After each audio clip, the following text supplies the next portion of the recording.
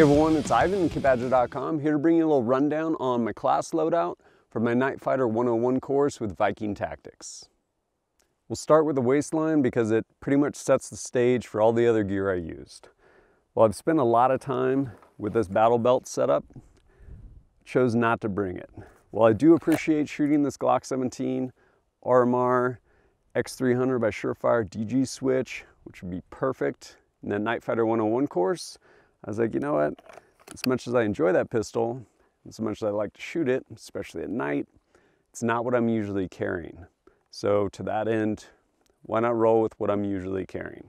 So while this is really nice and set up perfectly for me, chose not to bring it and ended up going instead with this rig for a couple different reasons. This was my belt setup. Ended up with my P7 over on my right side, with my PJ holster, nice stiff belt, have my two Blue Force Gear mag pouches, one for my pistol and one of the deep ones for my rifle. And this was pretty much what I intended to run and ended up running.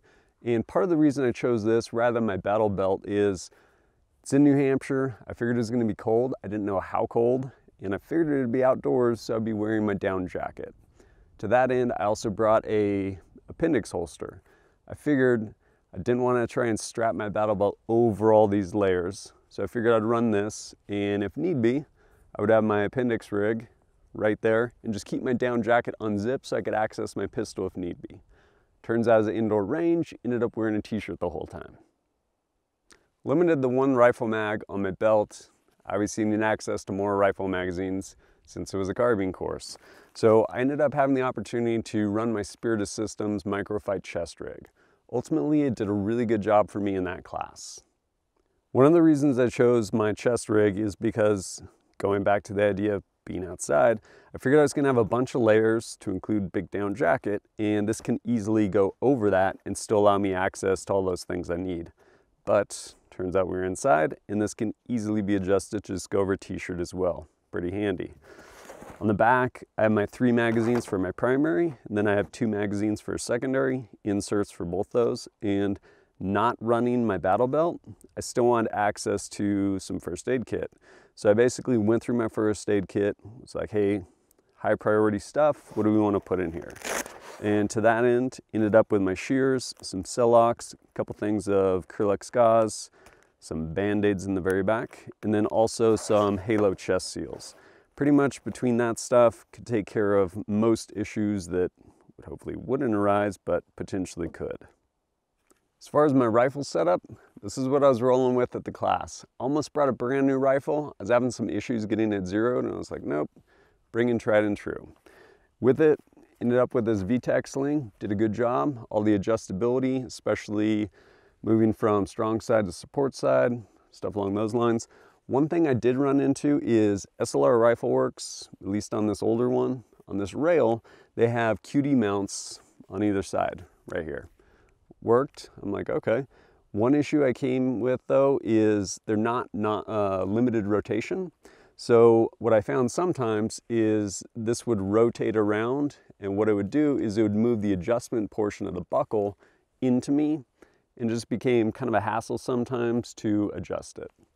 One thing I did get to use was the SureFire Warcom. I was really pleased with how it did for me. I hadn't used it before, brought it, ran it, did awesome. What I will speak to also is the fact that while it does kind of compensate, it does a really good job of eliminating flash.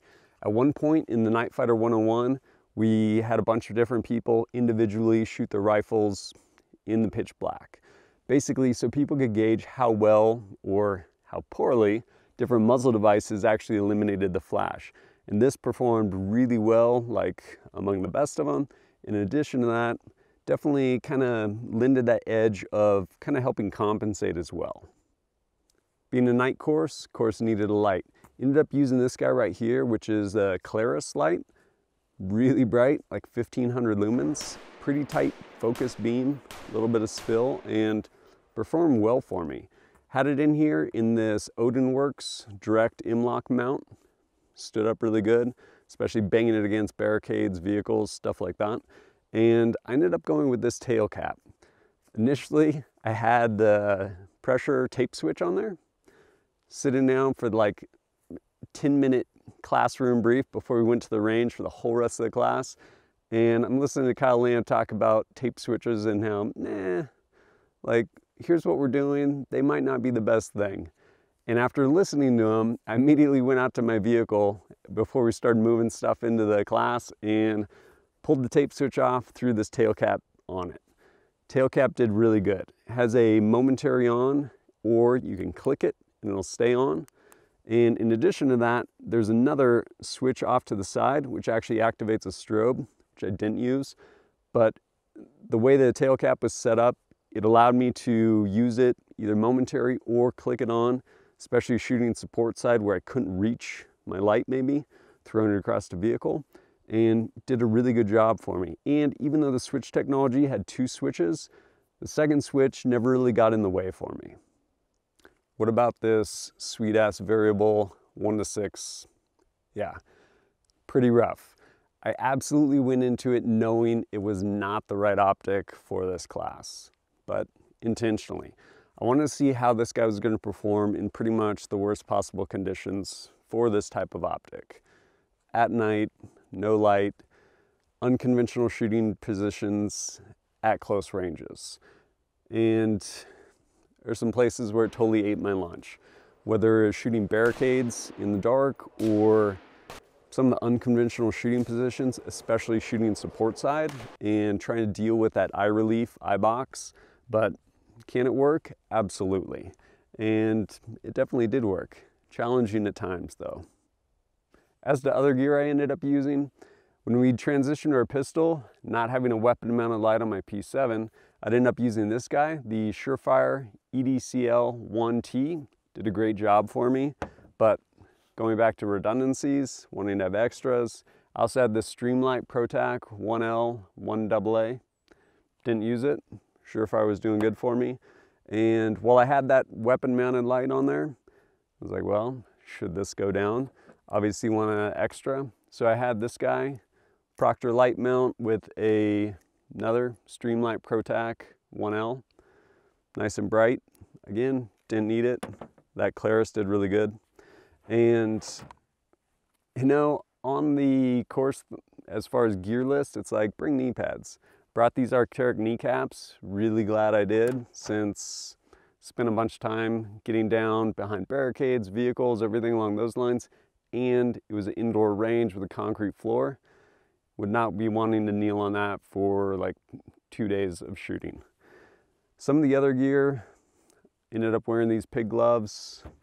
Brought an extra set, didn't need them. Also brought a whole extra bolt carrier group. If something's gonna break on my rifle, chances are it'd be something kind of within the bolt carrier group. Went ahead, just brought a whole extra one, didn't need it. Also ended up bringing this handy little guy. It's a battery tester.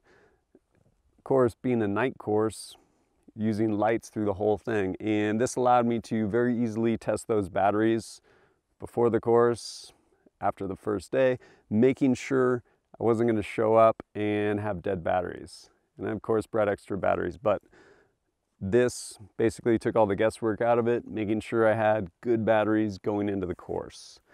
In addition to that, some other little stuff. Obviously needed iPro, had this set, my Smith, nice and clear, because it's going to be dark.